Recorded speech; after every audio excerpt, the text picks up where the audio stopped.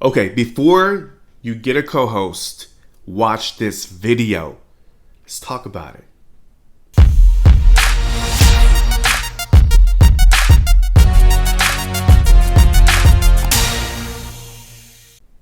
What's up, pod influencers? My name is Ozeal, and I want to welcome you to the Podcast Influence YouTube channel, where I help you amplify your influence with podcasting. And on this channel, I'm going to share with you tips, insights, and strategies on how to pro up your podcast with style and influence. Welcome to the channel. If this is your first time here, please consider subscribing. Of course, if you dig the vibe, okay? I got to prove to you that it's worth subscribing to, all right? But for everybody else tuning in, if you just subscribe to the channel, got to show you mad love. Thank you for the support. I really do appreciate that, making this YouTube channel grow. And listen, I'm going to show up consistently because you continue showing up. So I'm going to deliver the goods, deliver on promise, and give you all I can, everything that's in here, everything that I've experienced to help you pro up with your podcasting journey. And today, speaking of the journey, part of the podcasting journey and some of the things that you may be watching and considering is whether or not you should have a good podcast host. So one of the things that I want to talk about here is, the 3-point criteria of having a good podcast host. And remember, I mean a good host. Sometimes people make the mistake of just having a neighbor, having just a friend, bringing on to the show, and then it just doesn't work out. And what I've shared with my clients is this 3-point criteria of what I use in helping you determine whether or not the individual you're trying to get as a co-host is something that you should consider. Okay, so here it is. Okay, let me break it down for you. Number one, all right, is chemistry. Okay, chemistry by far. In the beginning, you definitely want to make sure that you guys have a good vibe. It should be fun. It should be conversational. It should be fluid. Now, I will say this. Sometimes in the beginning, it doesn't flow quite well. It does take some time to settle into each other's role as a co-host. So just because out the gate you don't feel, or the first few episodes, you feel like it's not flowing, it's okay. It's completely normal. I was in a situation before where I had a co-host, and it took us some time for us to kind of get comfortable with each other and really understand each other's flow. But you can feel the chemistry in the beginning. Okay, so go off that. So that's number one, is chemistry. Do you have good chemistry with that other co-host? Super important in having a solid podcast.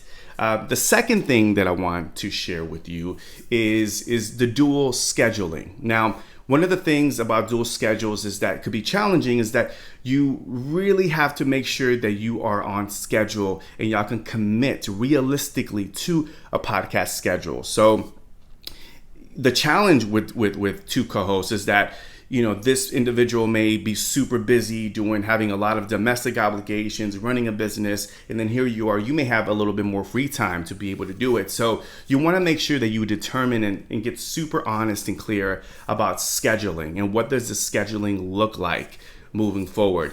Maybe it's seasonal, but if it's, and I find that usually seasonal podcasts really work well with the co-host approach, just because sometimes individuals, especially when it comes to two podcast hosts, need some time to decompress, reassess the strategy and really, check in with each other, be like, hey, listen, is this something we want to continue doing? So dual scheduling, it could be challenging, but just get super honest with each other and make sure that both of you can commit to the podcast. Because if you're building a podcast brand, it's super important that you make sure that you're both on board. Okay.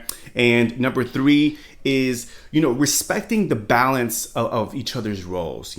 I think one of the things that I see is when I see a podcast host, I'll see one podcast host dominate the conversation more than the other.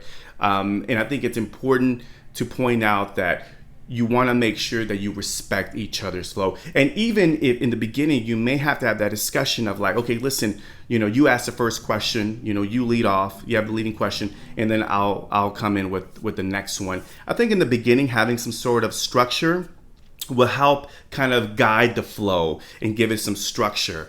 After a while, you guys have dope chemistry and you can kind of feed off each other. But it's a bit challenging, especially with audio, because in audio, you really have to, there's a lot of interruptions.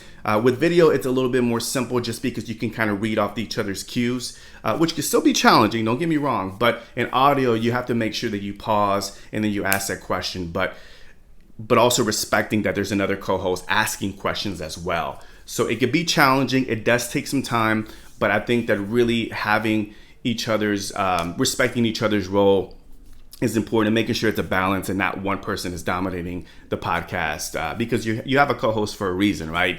And a lot of the times when people get co-host is because maybe, both of you, maybe somebody's really, really funny and somebody's a little bit more on the serious side. Maybe there's a good balance. I think that when you have two serious, kind of monotone podcast hosts, it doesn't work well. So usually somebody will find a good podcast host because they bring something to the table that they are not bringing. So it's all about being self-aware and knowing your strengths and weaknesses and then going off of that. So if I'm super energetic, maybe finding a co-host that's more chill, more relaxing, a little bit more different, brings a different approach, and will make the podcast a lot more interesting than having two podcast hosts wilding out with energy. It could be kind of overbearing, and that's when I start seeing the dominating, one co-host dominating the other, and so on and so on. It just becomes just kind of like a tug of war. So you don't want that, right? So that's something that you need to consider, is what can I bring into the table? I want to make this podcast more entertaining, more fun, a little bit more serious, and then finding co-hosts that can fill those gaps. So that's something that that you should definitely consider when trying to find a co-host for your podcast. My biggest advice, though, the biggest takeaway is that you can always record some dummy tracks.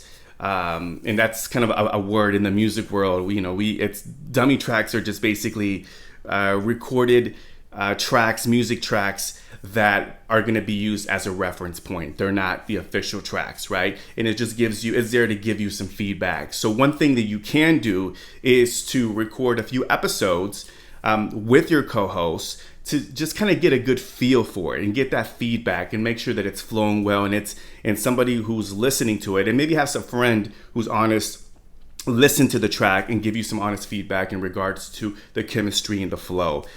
So I think that's something you can do before you decide to go forth in launching this podcast officially with a co-host. All right.